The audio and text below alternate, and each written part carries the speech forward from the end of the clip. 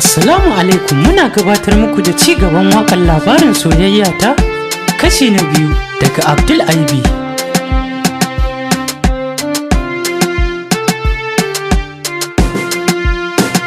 So na gaske na wahala, labarin soyayya ta.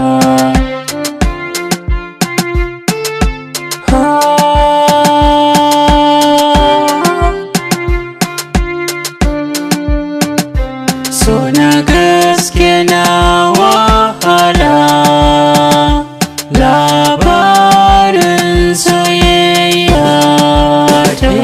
An yi mata baiko da wani, amma a hakan ban guje ta ba. Yadda ni nake ji ko ta yi aure ba mu rabu ba.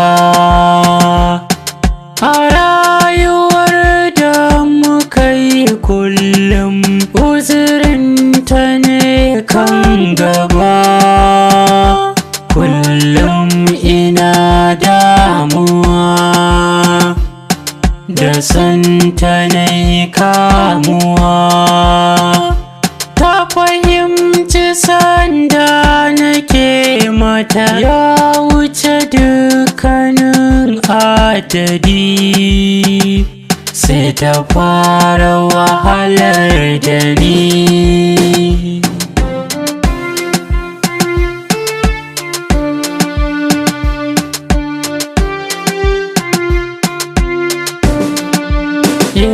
Komai ta furta garan ina martaba shi ba ƙorafi. Idona ya rufe bana raba sanyi da zafi, sai ta cike matsala za ta nemo ni na zo da tallafi.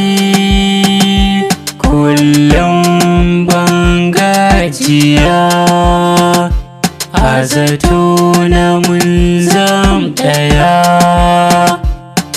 ashe ita ba hakan take ɗauka ba, ban fargaba. Sai da ta jefa ni matsala.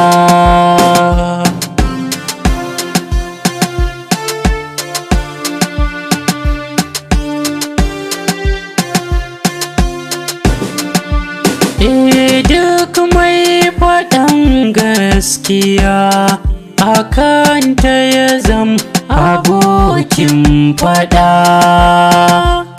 Sona daɗa tunzurani nai nisa ba ni jin koraɗa. Muna tafiya da ita ashe hanyar mu kwai gargada. Mun zo mu mararraba, ƙarshe dai ita ta yi gaba. Da alkhairi na so ta, ƙarshe ita sharri ta so ta min. Sai Allah ya fidda ni.